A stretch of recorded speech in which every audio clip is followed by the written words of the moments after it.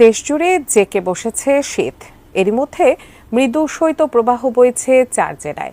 শীত প্রবাহের পরিধি আরও বাড়বে বলে জানানো হয়েছে আবহাওয়া পূর্বাভাস মডেলে।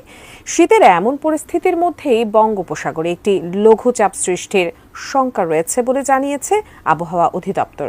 এর ফলে দেশের বিভিন্ন অঞ্চলে বৃষ্টির সম্ভাবনাও রয়েছে। আবহাওয়া নিয়ে আরও জানাচ্ছেন শেখ ফরিদ। প্রতিদিনই দেশের বিভিন্ন অঞ্চলে বাড়ছে শীতের তীব্রতা। এমন পরিস্থিতির মধ্যেই বঙ্গোপসাগরে একটি লঘুচাপ হতে পারে বলে জানিয়েছে আবহাওয়া অধিদপ্তর। 15 ডিসেম্বর রবিবার আবহাওয়া অধিদপ্তরের এক বিজ্ঞপ্তিতে এমন তথ্য জানানো হয়। এ সময় সংস্থাটি জানায়, লঘুচাপের প্রভাবে দেশের বিভিন্ন অঞ্চলে বৃষ্টিপাতের শঙ্কা রয়েছে। এর ফলে সারা দেশে বাড়তে পারে তাপমাত্রা। ডিজাইন, এলিগেন্স, বিউটি, সেরা পণ্য সবার জন্য জেভিকো। আবহাওয়ার বিজ্ঞপ্তিতে আরও বলা হয়েছে, উপমহাদেশীয় উচ্চচাপ বলয়ের বাড়তি অংশ ভারতের পশ্চিমবঙ্গ ও এর কাছাকাছি এলাকায় অবস্থান করছে। এছাড়া দক্ষিণ বঙ্গোপসাগরে অবস্থান করছে মৌসুমের স্বাভাবিক লঘুচাপ। এর একটি বাড়তি অংশ উত্তর বঙ্গোপসাগর পর্যন্ত বিস্তৃত।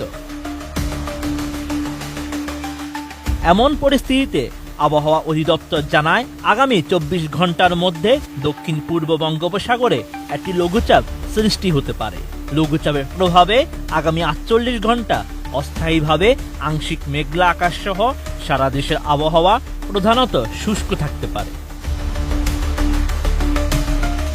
সংস্থাটি বলছে, 16 ও 17 ডিসেম্বর অস্থায়ীভাবে আংশিক মেঘলা আকাশ সহ সারা দেশের আবহাওয়া প্রধানত শুষ্ক থাকতে পারে।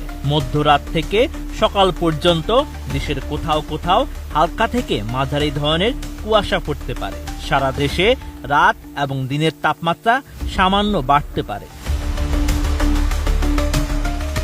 এদিকে হিমালয় কাঞ্চনজঙ্ঘা পর্বতের কাছাকাছি হওয়ায় পঞ্চগড় ও চুয়াডাঙ্গা বয়ে যাচ্ছে মৃদু শৈত্যপ্রবাহ।